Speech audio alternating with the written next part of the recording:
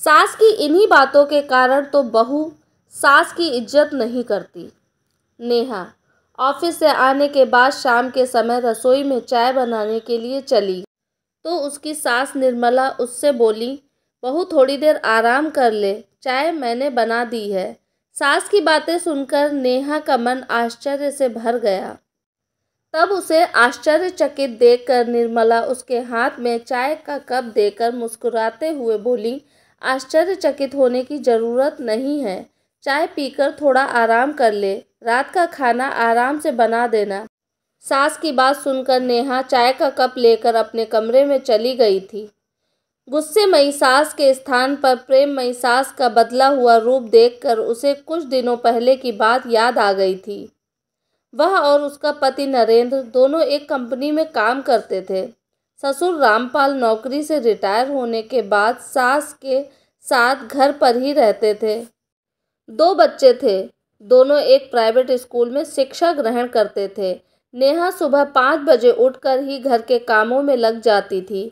9 बजे तक घर का काम खत्म करने के बाद ऑफिस चली जाती थी। ऑफिस से आने के तुरंत बाद रसोई में शाम की चाय बनाने के लिए घुस जाती थी और नरेंद्र आराम करने के लिए बिस्तर पर लेट जाते थे। एक दिन ऑफिस में काम करने के दौरान नेहा के सिर में दर्द हो गया था। छुट्टी के बाद जब वह घर आई तो थोड़ी देर आराम करने के लिए बिस्तर पर लेट गई थी। अभी उसकी आंख लगी भी नहीं थी कि तभी निर्मला उसे आवाज़ देते हुए बोली, बहू आज चाय नहीं बनेगी क्या? यह सुनकर नेहा बोली, मम्मी आज मेरी तबीयत ठीक नहीं है, थोड़ी देर आराम करने दो फिर बना दूंगी। बहू जब तुझे पता है यह वक्त चाय का है फिर आराम करना ज़रूरी है क्या? निर्मला ने थोड़े गुस्से में कहा। तो उनकी बातें सुनकर नेहा का मन दुखी हो गया था, क्योंकि ऑफिस से जाने के बाद वह कभी आराम नहीं करती थी और उसके पति ऑफिस से आने के बाद आराम करने के लिए तुरंत बिस्तर पर लेट जाते थे। आज उसकी तबीयत खराब थी, इसलिए वह आराम करने के लिए कमरे में चली गई थी। यदि निर्मला चाहती तो खुद भी चाय बना सकती थी या फिर नरेंद्र से कहकर चाय बनवा सकती थी, परंतु वह बेटा बहू दोनों में बहुत भेदभाव करती थी।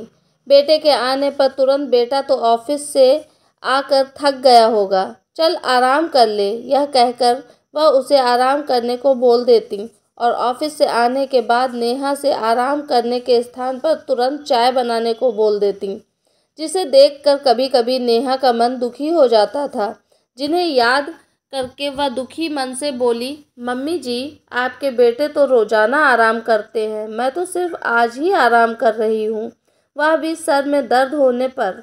आज आप उनसे कहकर चाय बनवा लेती। अच्छा तो तू मेरे बेटे से चाय बनवाएगी, खुद आराम करके उसकी बराबरी करेगी? वह तो आदमी है और आदमी पत्नी के लिए परमेश्वर के समान होता है। औरत का फर्ज होता है पति की सेवा करने का, पति से सेवा करवाने का नहीं। मैं उसे चाय बनाने के लिए नहीं कहूँगी, निर्मला ने नेहा से कहा। तो उस वक्त उसके ससुर रामपाल भी वहीं थे।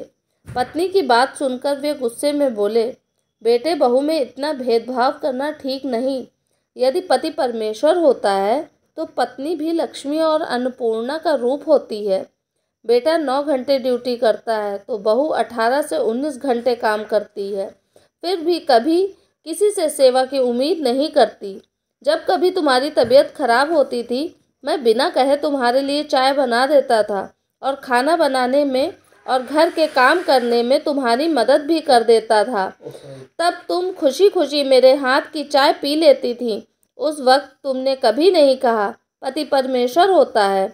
आज जब बहू के सिर में दर्द हुआ तो बेटे को दुख में पत्नी की सेवा करने की शिक्षा देने के बजाय उसके मन में भेदभाव का विष घोल रही हो।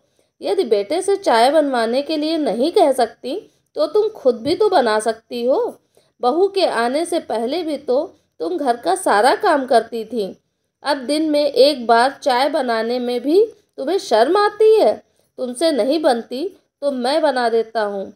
मेरे लिए बेटा बहू बराबर हैं। सास की इन्हीं बातों के कारण तो बहू सास की इज्जत नहीं करती। पति की बातें सुनकर निर्मला शर्मिंदा हो गई थी।